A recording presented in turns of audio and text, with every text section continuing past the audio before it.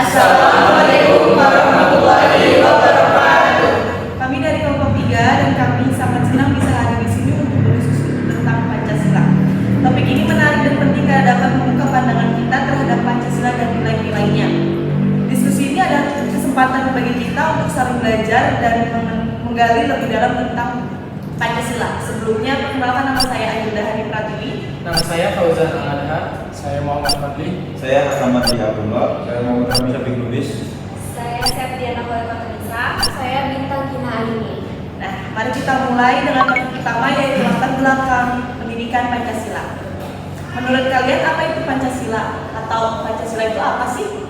Menurut saya, Pancasila adalah ideologi dasar bagi negara Indonesia.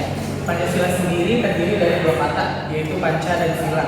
Ya, panca yang berarti 5 dan sila yang berarti prinsip atau asas. Pancasila sendiri mempunyai beberapa fungsi di dalam ideologi negara.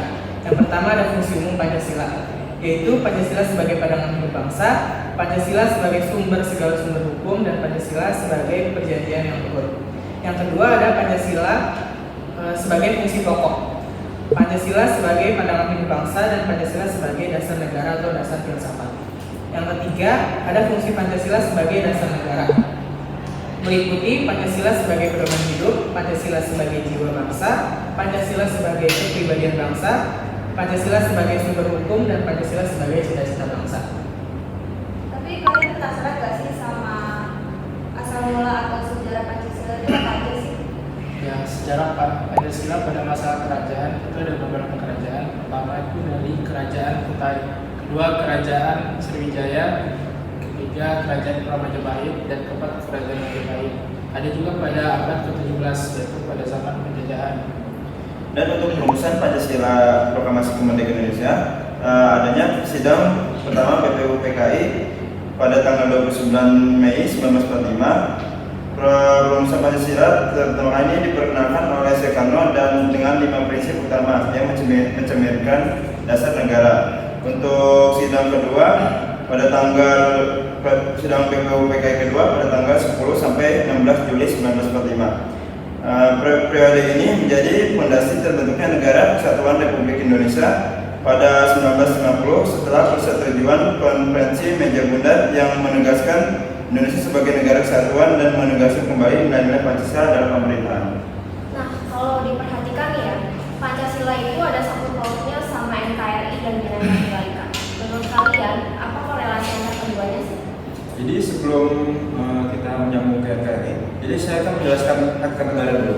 Manusia itu kan adalah makhluk sosial, jadi manusia membutuhkan interaksi sosial untuk mencapai hakikat dan martabatnya yang mendorong pembentukan negara sebagai bentuk persatuan hidup bersama. Negara itu berfungsi untuk menciptakan ketertiban dan aturan dalam suatu wilayah melalui kekuasaan yang mengikat, seperti yang dijelaskan oleh ahli seperti Harold J. Lasky dan Robert Macfarlane. Di Indonesia, rakyat terdiri dari berbagai suku, adat, dan agama yang beraneka ragam, mencerminkan keunikan bangsa Indonesia yang religius dan berbudaya. Lalu saya akan menjelaskan NKRI.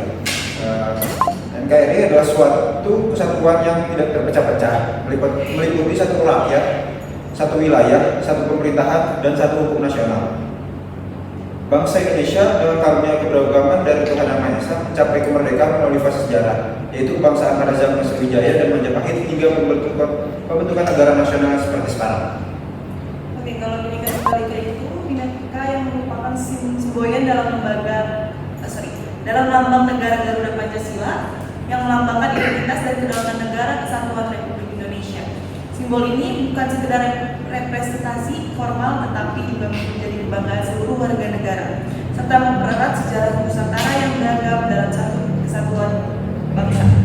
Bhinneka Tunggal Ika sebagai kearifan lokal bangsa Indonesia dalam budaya Hindu, burung Garuda adalah wahana dewawi simbol pembangunan dan pemeliharaan. Garuda juga digunakan dalam kerajaan-kerajaan besar Nusantara seperti Kerajaan Kedah dan Kerajaan Majapahit yang menggambarkan peran penting sebagai penjaga dan pemelihara. Semboyan Bhinneka Tunggal Ika mencerminkan kenyataan bahwa Indonesia terdiri dari berbagai suku, adat istiadat, agama, dan budaya yang bersatu sebagai bangsa Indonesia.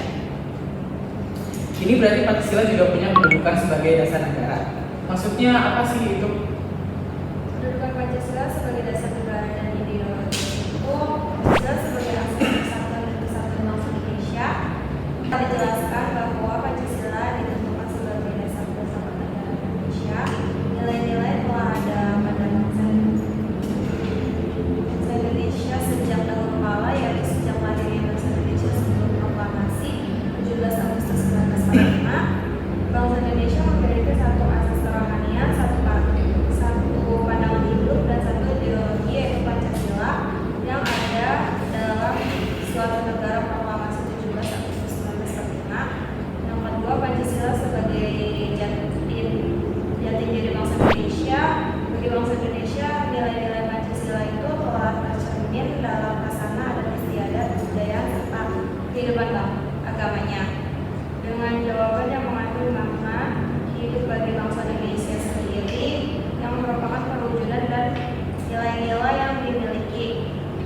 yakni dihayati kebenarannya oleh masyarakat sepanjang masa dalam sejarah perkembangan dan pertumbuhan bangsa.